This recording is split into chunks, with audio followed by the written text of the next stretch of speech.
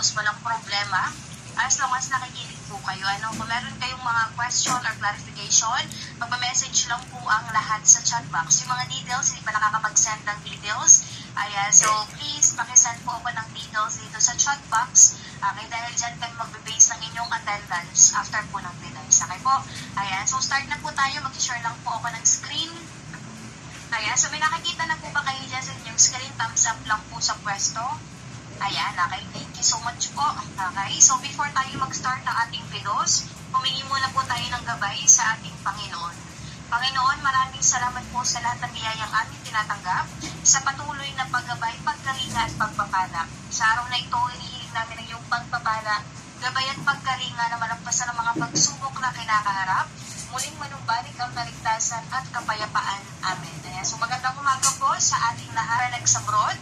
Okay, so welcome po kayo dito sa atin sa Pidos. Okay, so meaning po ng Pidos natin, baka nakalimutan na ng ating mga ex-abroad, okay? So meaning ng ating Pidos, Pre-Departure Orientation Seminar for Overseas Filipino Workers. Okay, so pwede kayo mag-screenshot ng mga makikita nyo dito sa screen, po, para magkaroon kayo ng reference. Okay, so importante na makapag-attend ng Pidos ang lahat bago pa man umalis ang ating bansa, dahil isa to sa pinaka-importanting requirement na kinakailangan po natin sa pag-alis natin dito. Okay po? So, Pidos, ayan, okay, Pre-Departure Orientation Seminar. And then, welcome din po kayo sa ASCOP, okay, sa aming Pidos Center. Pangalan po ng aming Pidos Center is ASCOP. Meaning po ng ASCOP, Association of Service Contractors of the Philippines. Accredited, register, and license kami ni OWA to conduct Pidos. And my name is Camille Del Mundo. Ayan, okay. So, I'm a licensed Pidos trainer po ni OWA. Ayan, okay. So, hopefully na makikinig ang lahat. Kung meron kayong mga question or clarification, mag-message lang po kayo dito sa atin. Ano po? Ayan, okay. So, ano po ba ang Pidos? Okay, ito po ay Pre-Departure Orientation Seminar.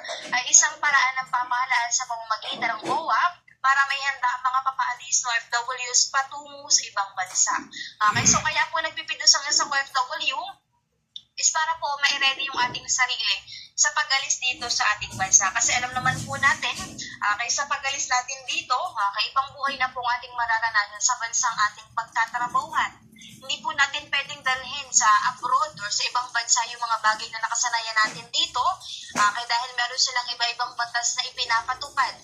Hindi pa pwedeng matigas ang ulo ng isang OFW pagdating sa ibang bansa, kaya ngayon pa lang, mag-ready na po tayo. Kaya kinakailangan po at matatag ang ating kalooban sa pag-alis dito sa ating bansa. Kasi hindi biro ang maging isang OFW. So sa pag-alis din natin dito, hindi lang po dapat tayo physically mag-ready. Dapat emotionally, mentally, spiritually, and financially ready po kayo sa pag-alis dito sa ating bansa. Okay? So, chat ako sa chat box kung ang lahat po ba is ready nang umalis ng ating bansa.